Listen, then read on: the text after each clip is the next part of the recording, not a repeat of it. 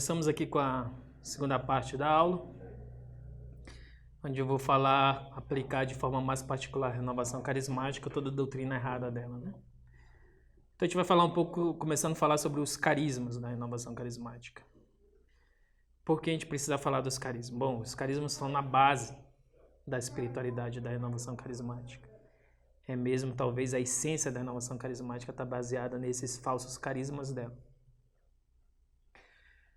É interessante notar que toda vez que a gente ataca um erro, a gente tem que saber o que é o certo. Quando a gente ataca a arte, por exemplo, a arte moderna, mas os erros da arte moderna, a gente tem que saber conhecer o que é a verdadeira arte. Assim também, para a gente atacar a renovação carismática, atacar os falsos carismas da renovação carismática, a gente tem que entender, compreender o que são o conceito dos verdadeiros carismas, né? Então, o que são realmente os carismas? Em teologia da graça, a gente vai ver que na parte em que São Tomás vai falar sobre a graça, o progresso na vida espiritual, a gente vai ver que os carismas são denominados pelos teólogos como as gratias date, que são por assim dizer, os dons, são dons gratuitos de Deus, né? Toda graça é, de certa forma, gratuita, no sentido de que ninguém merece a graça de Deus. Na verdade, quando a gente se confessa, na verdade, quando a gente busca estar mais preparado para receber o Santo Sacramento, a gente se confessa, a gente se batiza. Toda vez que a gente busca os sacramentos e busca ter todas as disposições que a igreja ensina que a gente tem que ter para receber os sacramentos, a gente não está merecendo as graças que Deus vai dar, que Deus vai infundir na nossa alma, né, para a nossa salvação. Mas que a gente está colocando toda a nossa vida espiritual, toda a nossa vida da alma, em boas disposições para receber as graças de Deus. E Deus dá se Ele quer, porque nada do que é natural vai merecer aquilo que é sobrenatural, aquilo que vem de Deus, aquilo que é divino. Então, na verdade, Deus nos dá todas as graças porque Ele é bondoso e porque Ele é generoso, não porque a gente merece. Mas, claro que de certa forma a gente merece mais, por assim dizer, quando a gente cumpre todos aqueles pré-requisitos da igreja, todas aquelas boas disposições, se confessar, rezar, ter uma vida espiritual para receber e dar bons frutos na graça que a gente recebe nos sacramentos. Então, toda graça, ela é, de certa forma, ela é gratuita, por isso que é chamada graça, né, gratuita. Mas, sobretudo, os carismas são chamados assim de graças date, ou seja, de dons gratuitos, e, sobretudo, são chamados de graças extraordinárias. Por quê? Porque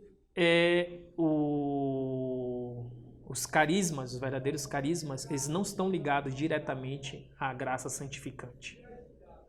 O que a maioria dos teólogos diz? A maioria dos teólogos vão dizer que, claro, normalmente quem manifesta esses dons extraordinários, por exemplo, Santa Teresa d'Ávila, São João da Cruz, os grandes santos que manifestaram esses dons extraordinários,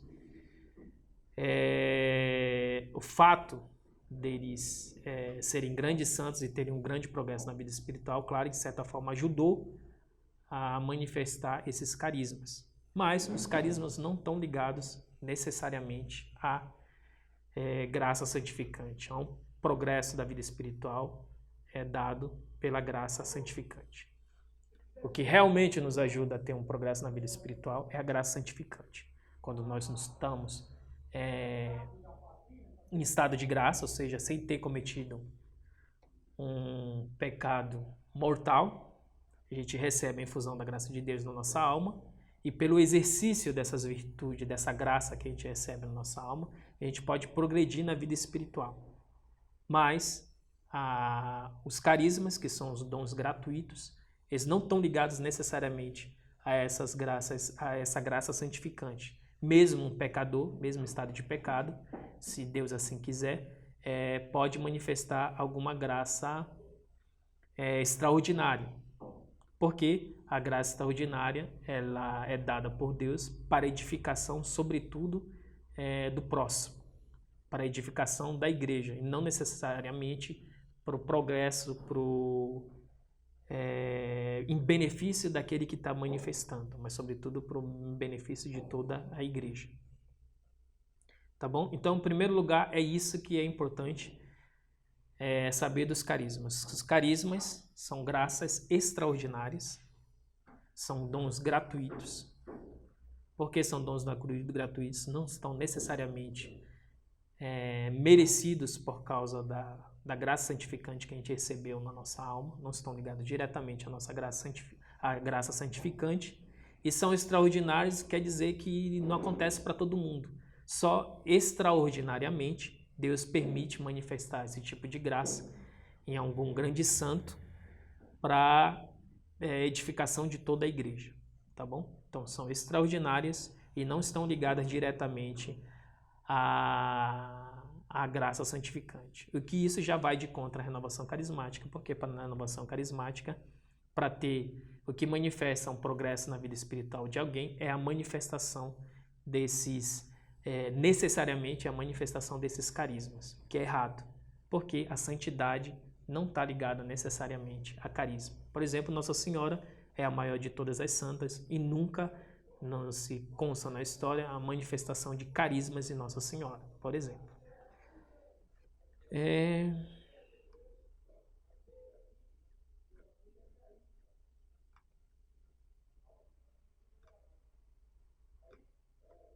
Falando um pouco agora dos carismas da renovação carismática, né? Então, os carismas, como eu falei para vocês, são gratias date, dons gratuitos, e são extraordinários, tá bom? São extraordinários, isso quer dizer que não acontece com frequência para todo mundo. O que identifica que os carismas da renovação carismática são falsos. Por exemplo, os carismas que a renovação carismática prega vai contra toda a vida doutrinária da igreja, todo ensino místico que a igreja nos dá, porque para os carismáticos isso são coisas ordinárias, ou seja, todo mundo tem que ter esses carismas. Ela vem banalizar esses carismas que a igreja sempre pregou, que são dons extraordinários, são graças extraordinárias. Para a renovação carismática não, ela é ordinária, ela é muito frequente e todo mundo tem que ter esses carismas. Quer dizer, você já vê que isso já é contrário à doutrina da igreja. Outra coisa que a renovação carismática vai falar, que eu já falei um pouco para vocês, é que esses dons estão necessariamente ligados à santidade. Quanto mais carisma você manifesta, mais santo você é, mais progresso na vida espiritual você mostra. E que não é verdade. Os carismas, em nenhuma teologia de vida mística, de progresso na vida espiritual, vai dizer que os carismas, os dons extraordinários, estão necessariamente ligados à santidade e ao progresso na vida espiritual. Outra coisa que os carismáticos interpretam de forma erradamente também, quem já foi carismático ou quem é carismático já ouviu muito isso, é a grande frase de São Paulo, que São Paulo vai dizer: o Espírito sopra onde quer. O que eles vão dizer isso? Eles vão usar essa frase, distorcer o sentido dessa frase exatamente para justificar as características, uma certa característica de improviso do Espírito Santo, de uma certa espontaneidade do Espírito Santo. Uma certa desordem no Espírito Santo, no sentido, porque eu digo desordem, no sentido de que o Espírito Santo não está submetido a uma autoridade instituída por Nosso Senhor. Por exemplo, como é que Nosso Senhor ensina que nós recebemos as graças de Deus e recebemos o Espírito Santo? Sobretudo pelos sacramentos, e sobretudo o maior de todos os sacramentos, que é a Eucaristia, que é a missa, o santo sacrifício. É daí que vem as grandes graças, a maior fonte de graças para a nossa vida não é um grupo de oração não é as emoções, o sentimentalismo, uma indução sentimental de um líder carismático, mas sim a grande fonte do Espírito Santo das graças de Deus vem da missa e dos sacramentos. Como exemplo disso, a gente pode tirar o próprio Pentecostes, né? Como é que surgiu o Pentecostes? Pentecostes surgiu, sobretudo, respeitando a autoridade estabelecida por Nosso Senhor, que é os bispos, os apóstolos. Quer dizer, o Espírito Santo primeiro desceu sobre os apóstolos em Pentecostes e, através dos apóstolos, se difundiu a fé pelo mundo inteiro. Então ela respeita, como mesmo no começo, no Pentecostes, ela respeita as autoridades instituídas por Cristo. São Pedro, por exemplo, é o primeiro que vai falar depois de Pentecostes, ou seja, o Papa, o primeiro Papa. E exatamente ao contrário que acontece com a renovação carismática. O Espírito Santo primeiro vai inspirar os leigos, os leigos que vão ser os grandes líderes, e depois dos leigos eles querem, por assim dizer, incendiar as autoridades da igreja, quer dizer, vem de baixo para cima, não respeita a ordem estabelecida por Deus, em que, sobretudo, vem pelas autoridades, a doutrina e a verdade vem pelas autoridades instituídas por Cristo para alimentar nós que somos os leigos. A renovação carismática contra, mesmo que seja implicitamente, mas um movimento contrário àquela ordem estabelecida por Deus, são os leigos que vão incendiar e, por assim dizer, renovar a fé do clero, das autoridades da igreja. Quer dizer, é um movimento completamente contrário daquela ordem estabelecida por Nosso Senhor. Tá? Então, quando São Paulo vai dizer o Espírito sopra onde quer, na verdade ele quer dizer que o Espírito Santo nunca pode estar à mercê do capricho dos homens, mas sim o Espírito sopra onde quer quem? Onde quer Deus, onde quer a Santíssima Trindade, onde quer Cristo. Cristo instituiu uma igreja, Cristo instituiu autoridades para essa igreja, o Papa e os bispos, e é através dessa ordem querida por Cristo que vem o Espírito Santo. O Espírito sopra onde quer, o Espírito sopra onde quer e como quer quem? Como quer a igreja, como quer Cristo, como querem as autoridades instituídas por nosso Senhor Jesus Cristo, e não subvertendo essa ordem, como querem os carismáticos. Não são os leigos que vão inspirar a igreja toda, são os leigos que vão incendiar a igreja, renovar a igreja com o Espírito Santo.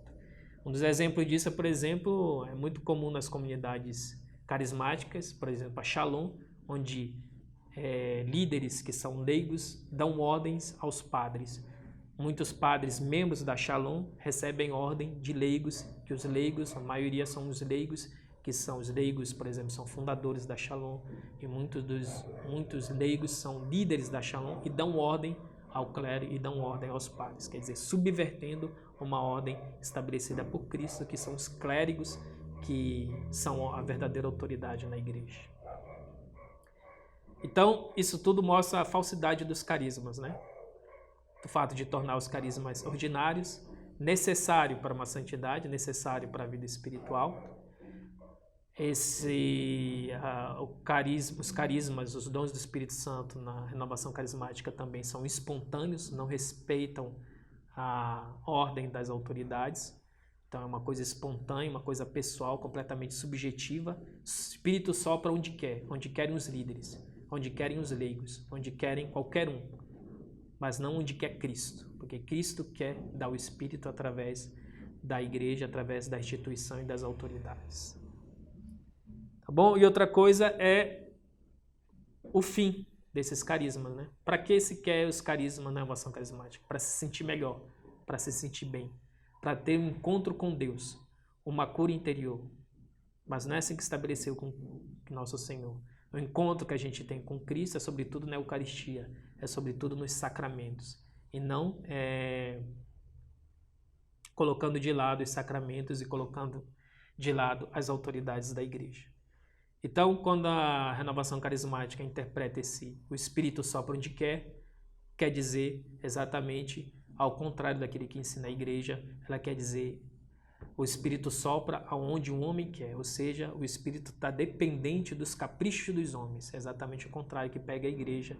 O Espírito sopra onde quer, quer dizer que ele não está submetido ao capricho dos homens, mas sim ao querer de Deus, à ordem dada por Deus, por nosso Senhor Jesus Cristo. Aqui eu coloco uma citação do de Santo Afonso de Ligório, na Escola da Perfeição. Ele vai dizer: alguns que leram livros de mística aspiram àquela união extraordinária com Deus, chamada união passiva. Porém, eu desejaria muito mais que aspirasse à união ativa, isto é, à perfeita conformidade com a vontade de Deus. Seria uma grande falta desejar êxtase, visões, revelações e coisas semelhantes. Os mestres da vida espiritual chegam mesmo a dizer que quem se vê enriquecido com tais graças deveria pedir a Deus que as tirasse, ao contrário da renovação, que quer que tenha, né? Os mestres da vida espiritual chegam mesmo a dizer que quem se vê enriquecido com tais graças deveria pedir a Deus que as tirasse, para que possa amar no caminho comum da fé, que é o mais seguro. Muitos santos alcançaram a perfeição sem essas graças extraordinárias. Somente as virtudes, em especial a conformidade com a vontade de Deus, nos tornam santos. Isso é mais importante. Se conformar com a vontade de Deus é muito mais importante do que carismas extraordinários. Ainda falando sobre os falsos carismas, né, a gente pode se perguntar, mas hoje, Mauro, não existe os carismas? Né? Por que não existe uma grande manifestação dos carismas na igreja como na época dos apóstolos? E quem responde isso, uma citação de São Gregório Magno, ele vai dizer: será que, meus caros irmãos, pelo fato que vós não fazeis nenhum desses milagres, ele está falando dos carismas, dos grandes milagres na época dos apóstolos, é sinal que vós não tendes nenhuma fé? E ele vai responder, São Gregório Magno: estes sinais foram necessários no começo da igreja para que a fé crescesse. Era preciso nutri-la com milagres, no começo da igreja. Também nós, quando nós plantamos árvores, nós as regamos, até que as vemos bem implantadas na terra. Uma vez que elas se enraizaram, cessamos de regá-las. Eis porque São Paulo dizia: o dom de línguas é um milagre não para os fiéis, mas para os infiéis. Sobre esses sinais e esses poderes, temos nós que fazer observações mais precisas. E São Gregório continua: a Santa Igreja faz todo dia espiritualmente o que ela realiza então nos corpos por meio dos apóstolos. Quer dizer, de que forma esses carismas continuam hoje em dia? São Gregório vai falar: porque quando os seus padres, pela graça do exorcismo, impõem as mãos sobre os que creem, proíbem aos espíritos malignos de habitar a sua alma. Não faz outra coisa que expulsar os demônios? Então, expulsar os demônios, como faziam os apóstolos, cabem aos padres. Todos os fiéis que abandonam o linguajar mundano de sua vida passada, cantam os santos mistérios, proclamam com todas as suas forças os louvores e o poder de seu Criador, fazem ele outras coisas do que falar em línguas? Então, falar em línguas é mudar do linguajar mundano para um linguajar mais condizente com a condição de cristãos, condição de católicos. Isso é o verdadeiro falar em línguas hoje em dia. Aqueles que, por sua exortação ao bem, extraem do coração dos outros a maldade, agarram serpentes. Os que ouvem maus conselhos, sem de modo algum se deixar arrastar por eles a agir mal, bebem uma bebida mortal, sem que lhes faça mal algum. Que ele está falando do dom extraordinário de beber, tomar um veneno, mas não ser... de não ficar mal, de não ficar doente por causa desse veneno, né? O milagre que causa hoje em dia esse dom. Aqueles que todas as vezes que veem seu próximo enfraquecer para fazer o bem e o ajudam com tudo que podem, fortificam pelo exemplo de suas ações. Aqueles cuja vida vacila, que fazem eles, se não impor as suas mãos aos doentes, a fim de que recobrem a saúde? Ou seja, pelo sacramento da extrema-unção que se cura os doentes hoje em dia, que os padres curam os doentes hoje em dia, sobretudo a doença da alma, né? Estes milagres são tanto maiores pelo fato de seres espirituais. São tanto maiores porque repõem de pé não os corpos, mas as almas. Também vós, irmãos caríssimos, realizais com a ajuda de Deus tais milagres. Vós os realizais, se quiserdes. Pelos milagres exteriores não se pode obter a vida. Esses milagres corporais, por vezes, manifestam a santidade. Eles não criam a santidade. Os milagres espirituais agem na alma, ou seja, os milagres espirituais realizados pelo sacramento da igreja. Eles não manifestam uma vida virtuosa, eles fazem a vida virtuosa. Também os maus podem realizar aqueles milagres materiais, mas os milagres espirituais só os bons podem fazê-los. Os milagres espirituais, claro, dado pelos sacramentos da igreja. É por isso que a verdade diz de certas pessoas, muitos dirão naquele dia, Senhor, Senhor, não foi em teu nome que profetizamos, expulsamos os demônios e realizamos muitos prodígios? Eu lhes direi, eu não vos conheço, afastai-vos de mim, vós que fazeis o mal. Não dizeis, ó irmãos caríssimos, fazei milagres que podem ser comuns também aos réprobos, mas desejai esses milagres da caridade e do amor fraterno, dos quais acabamos de falar.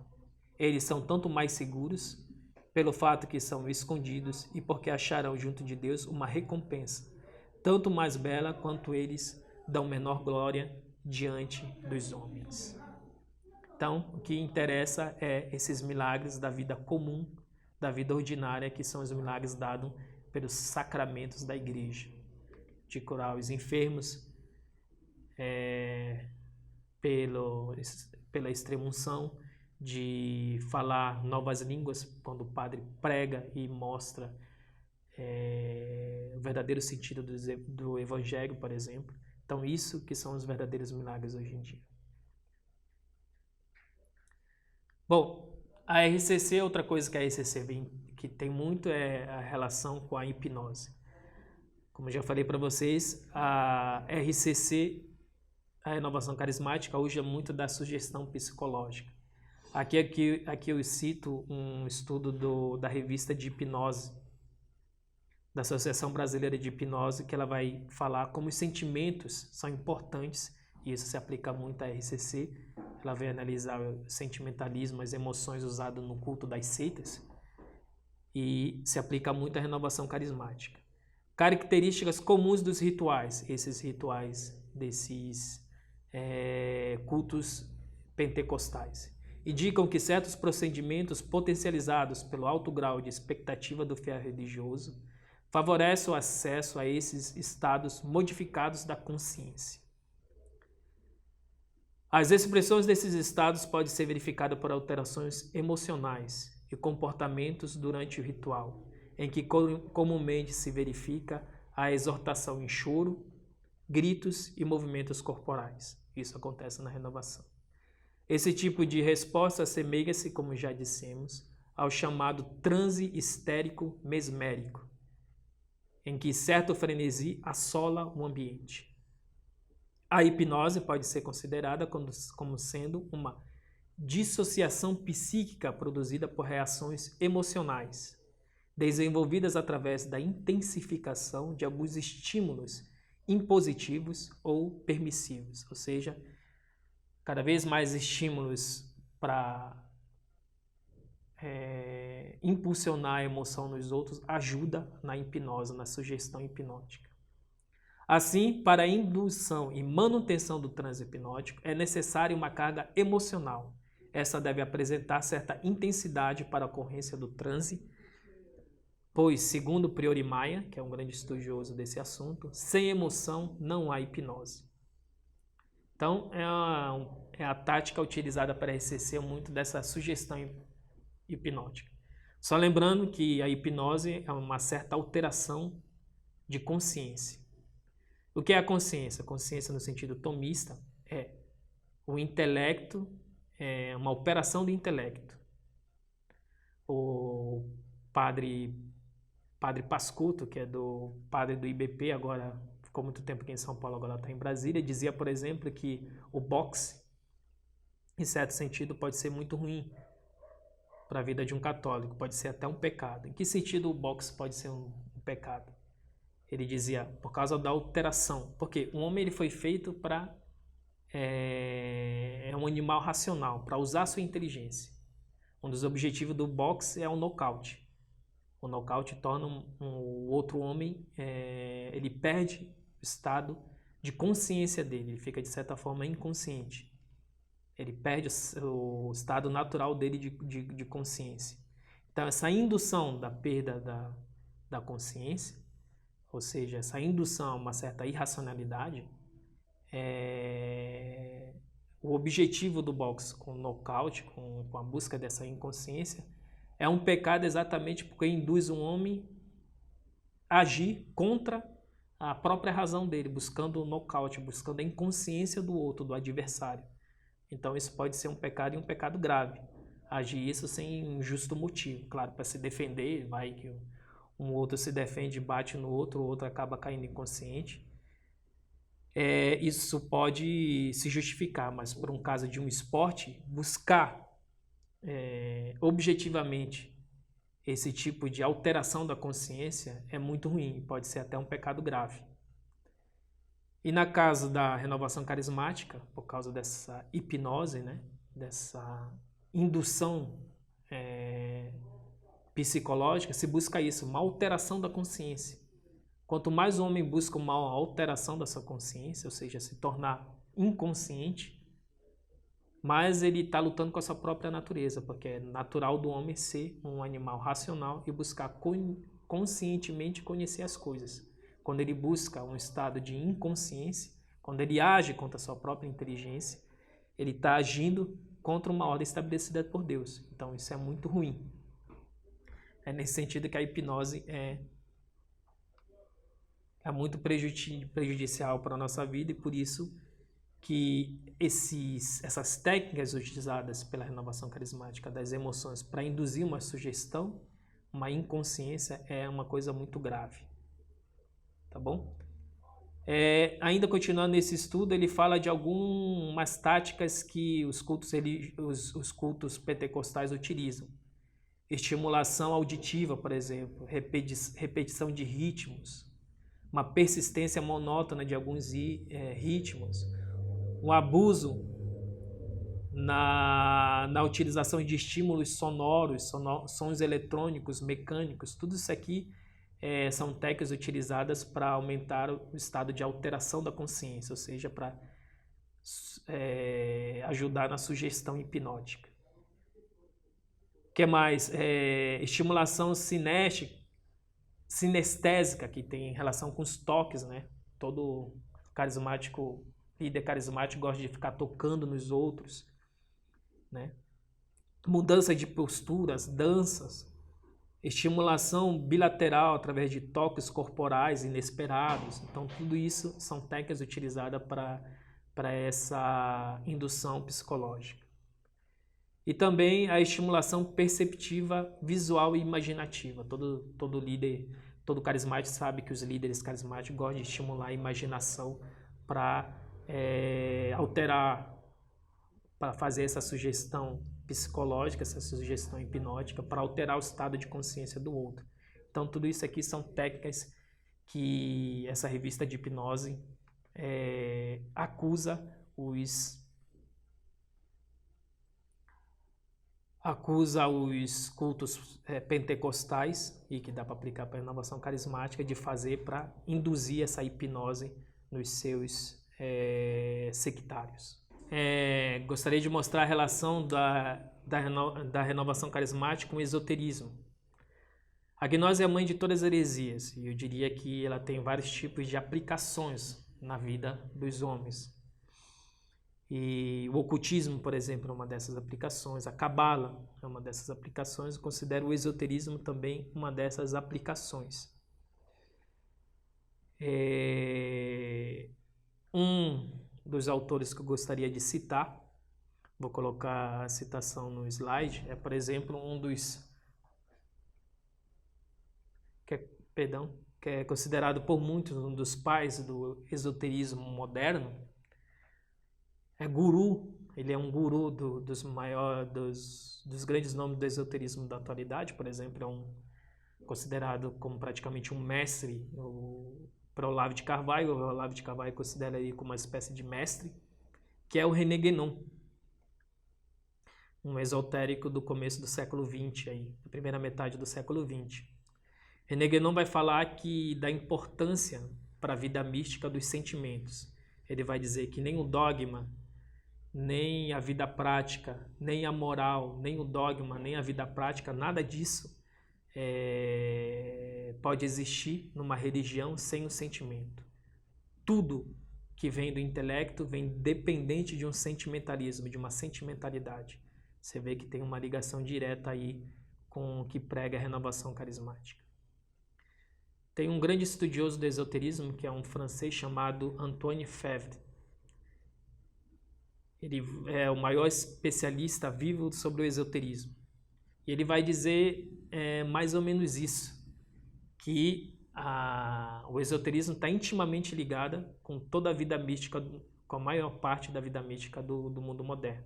Claro, ele está falando isso dessas vida mística influenciada muito pela gnose e influenciada muito pelo paganismo antigo. Tá bom?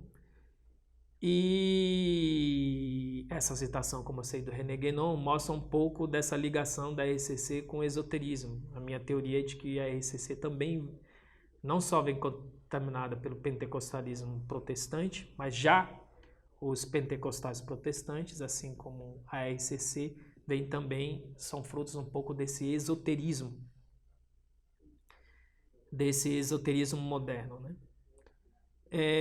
Aqui eu vou citar uma parte eu achei uma citação de um grupo ocultista de magia branca, por exemplo, francês, de Grenoble. Vou deixar a citação aqui para vocês consultarem. Mas aí, como ele descreve um grupo de oração de magia branca, grupo de oração entre aspas, de magia branca lá da França. Ele diz assim, olha como acontece no grupo. No nosso grupo, todo mundo é feliz. Uma música de meditação gravada é tocada para que o silêncio seja estabelecido, especialmente o silêncio interior, que permite a todos eliminar suas próprias preocupações, entrar em comum com todos. Então, é a meditação silenciosa para conceder nossos pensamentos. Então, o médico do grupo faz uma leitura para preparar o paciente para o que ele receberá. Enfim, é a cadeia de orações, onde cada um entrega a mão aos seus vizinhos, enquanto os cuidadores oficiam em total silêncio. Muitos dos médicos do grupo receberam o dom do magnetismo e podem curar espiritualmente. A concentração é tão forte que um dia um paciente sentado num banquinho de madeira simples levantou-se, gritando que ele tinha tomado o poder. Ele acreditava que estava, de certa forma, eletrificado. Muitos pacientes sentem um formigamento e lampejos de um calor elétrico. Você vê que parece muito com algumas coisas que acontecem na renovação carismática. O esoterismo ele vem pregar isso também. Um modo de aceder à divindade, de ter acesso à divindade, seria um conhecimento irracional, assim como também a renovação carismática prega um conhecimento irracional, completamente sentimental, de uma experiência religiosa enriquecida pelas emoções. Assim também o esoterismo. E outra coisa que é particular do esoterismo, como eu acabei de citar para vocês, é o René Guénon falando que a vida mística para um esotérico não existe sem sentimento. Todo dogma, todo conhecimento e toda moral é dependente de uma sentimentalidade, segundo René Guénon, que é um dos pais aí do esoterismo moderno. Então, aí eu finalizo a minha parte sobre a RCC e essa ligação da RCC com o esoterismo, até mesmo com o ocultismo e com a hipnose. Você vê que A relação da RCC é muito próxima com essas técnicas humanas, mundanas, profanas, que nada tem de verdadeira vida religiosa e verdadeira vida sobrenatural. Bom, é isso que eu tinha para falar sobre a renovação carismática. Espero que vocês aproveitem. Qualquer dúvida, a gente vai ter um dia de chat aí para a gente conversar e vocês colocarem a dúvida de vocês. Espero também que vocês estudem, porque nada a gente cresce, nada a gente aprende mais sem estudar, e apresente o trabalho de vocês aí para a gente se ajudar mutuamente no combate aos erros da renovação carismática. Tá bom? Salve Maria, que Deus nos ajude aí para conhecer a verdade e combater os erros modernos e combater também a renovação carismática. Salve Maria a todos. Vamos rezar 2 Ave Marias para acabar a aula. Pai, do Filho e do Espírito Santo. Amém. Ave Maria, cheia de graça, o Senhor é convosco, bendita sois vós entre as mulheres, bendito o fruto do vosso ventre, Jesus. Santa Maria, Mãe de Deus, rogai por nós, pecadores, agora e na hora de nossa morte. Ave Maria, cheia de graça, o Senhor é convosco, bendita sois vós entre as mulheres, bendito o fruto do vosso ventre, Jesus. Santa Maria, Mãe de Deus, rogai por nós, pecadores, agora e na hora de nossa morte. Amém. Glorioso São José, rogai por nós. Doce Coração de Maria, seja a nossa salvação. Em nome do Pai, do Filho e do Espírito Santo.